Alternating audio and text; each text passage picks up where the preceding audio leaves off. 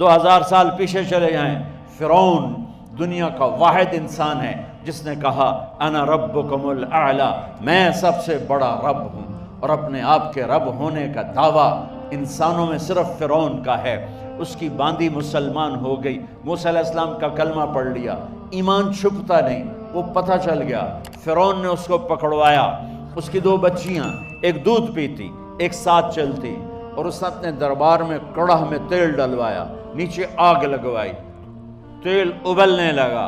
جب وہ پوری طاقت سے ابلنے لگا تو اس نے فرعون نے اس عورت سے، اس باندی سے کہا یہ آگ تیرے سامنے ہے، جلتا ہوا تیل، موسیٰ کے رب کو مانے گی تو پہلے تیری بچیوں کو جلاؤں گا پھر تجھے جلاؤں گا، اور اگر مجھے رب مانے گی تو تیرے گھر کو سونے چاندی سے بنا دوں گا، تیرے گھر کو سونے چاندی سے بھر دوں گا۔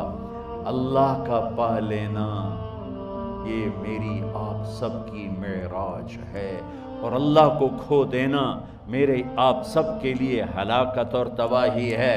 سنو سنو، اس نے کیا کہا؟ اللہ نے اپنی محبت کو ماں سے تشبیہ دی ہے، باپ سے نہیں دی، اور چھوٹا بچہ زیادہ ممتا کو لیتا ہے۔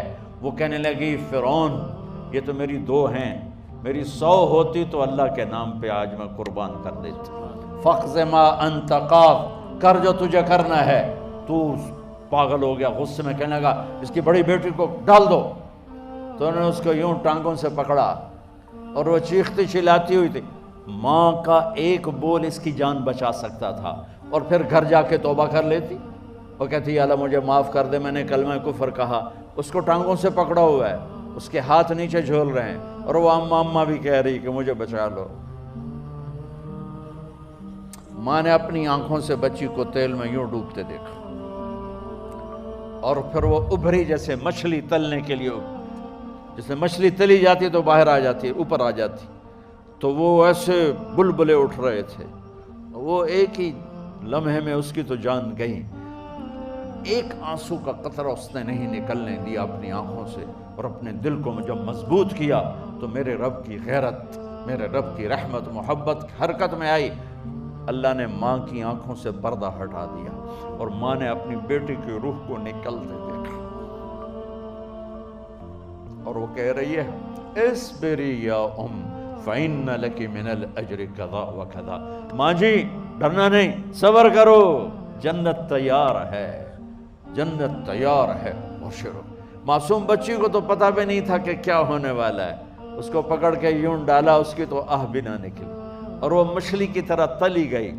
اب پھر ماں کا کلیجہ پھٹا، اللہ نے پھر آنکھوں سے پردہ ہٹایا، اور انہیں اپنی بچی کی روح کو نکلتے دیکھا، اور وہ کہہ رہی ہے اصبری یا ام فإن لک من الأجر کذا وکذا، ماں جی تھوڑی دیر کا صبر، جنت تیار ہے، جنت تیار ہے، جنت تیار ہے۔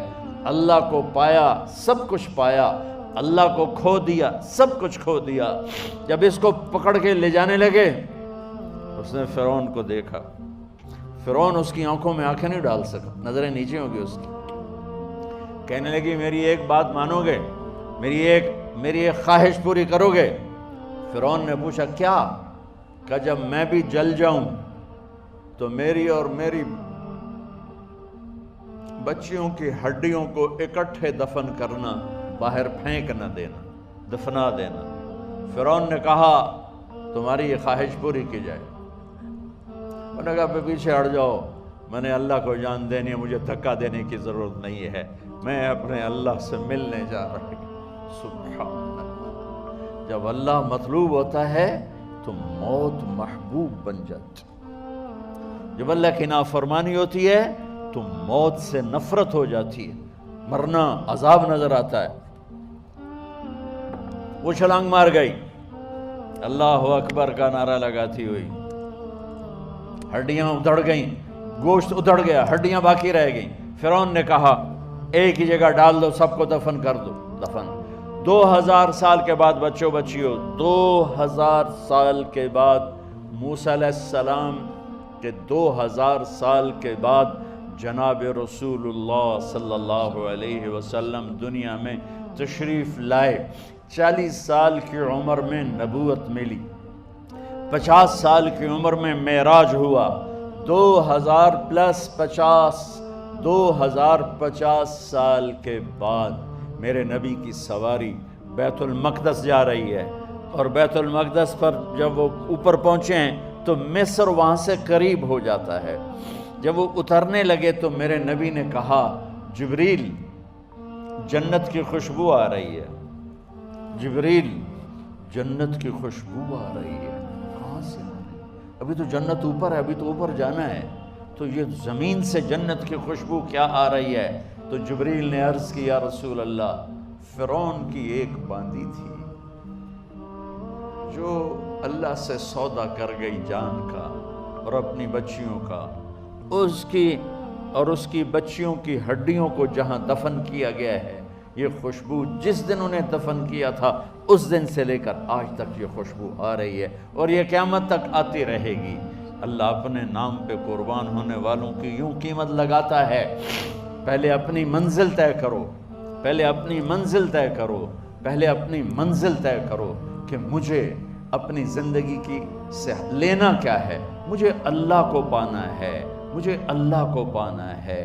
میں نے اللہ کی قسم، اگر اللہ راضی ہے تو پھر موت سے بڑھ کر کوئی تحفہ نہیں، اس سے بڑھ کر کوئی خوبصورت پیغام نہیں، اور اگر اللہ ناراض ہے تو موت سے خوفناک کوئی پیغام نہیں۔